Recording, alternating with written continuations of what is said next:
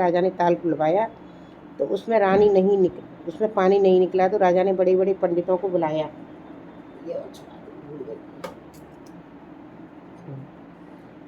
पूछा कि ताल में पानी क्यों नहीं आया। तो पंडित बोले, जेठी नाती या जेठी बेटा की बलि लगे तब पानी आएगा। तब राजा को चिंता होने लगी। तब बहू ने देखा कि ससुर जी सूख क्यों रहे हैं। तब उन्होंने अपनी सास से कहा कि हमारे आने का सुख हुआ है या दुख हुआ है, क्योंकि ससुर जी सूखते जा रहे हैं। तब सास बोली, पंडित क्यों कह रहे हैं कि जेठी बेटा या जेठे नाती की बलि लगी तो ताल में पानी आएगा। तब बहू बोली, बेटा तो बिनके एक है, नाती सात है, चाहे तो नाती की बलि दे दो। सो राजा ने बड़े नाती की बलि दे दी। ताल में खूब पानी भराया। बहू सावन में मायके गई थी। बादों में ओग दिवस आई। बहू बोली, मैं अपने ससुर की ताल में ओग लेने जाऊंगी। इसको ओग बोलते हैं। जो ओग बोलते हैं, जो बच्चे को देते हैं ना, बताइए, ये ओग होती है। तो बच्चे को ओग लेने जाऊंगी।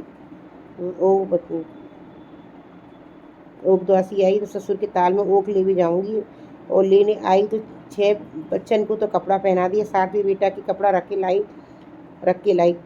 तो सास बुलाई, ओग ले भी आ जाओ। तो सास बोली, मैं काई मुँह से लेने आऊँ, मैंने तो अपनी नाती की बलि दे दी। तो बहू बोली, मैं तो तभी ओग लूँगी जब तुम आओगी, तुम्हारे ही नाती है। ओग लई तो 6 बेटन को दे दी, 7वीं लई तो ओग के तो संग में बेटा आ गया। जैसे ओग द्वास मैया बछवारस मैया उसको दिया, सबको देना दिया।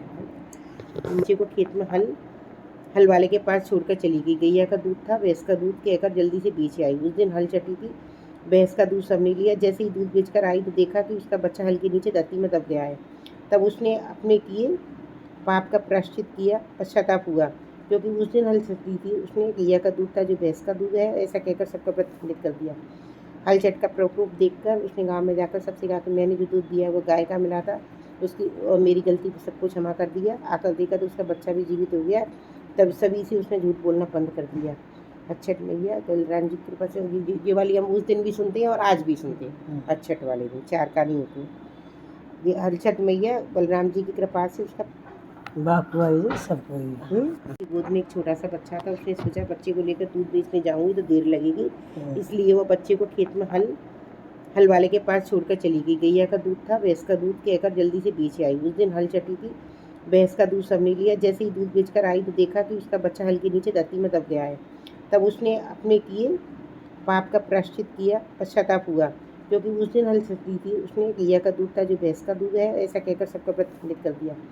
हल चट का प्रकोप देखकर उसने गांव में जाकर सबसे कहा कि मैंने जो दूध दिया वो गाय का मिला था, उसकी और मेरी गलती पर सबको क्षमा कर दिया। आकर देखा तो उसका बच्चा भी जीवित हो गया। तब सभी से उसने झूठ बोलना बंद कर दिया।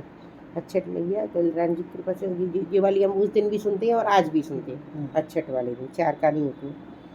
ये हलछठ मैया बलराम जी की कृपा से उसका पुत्र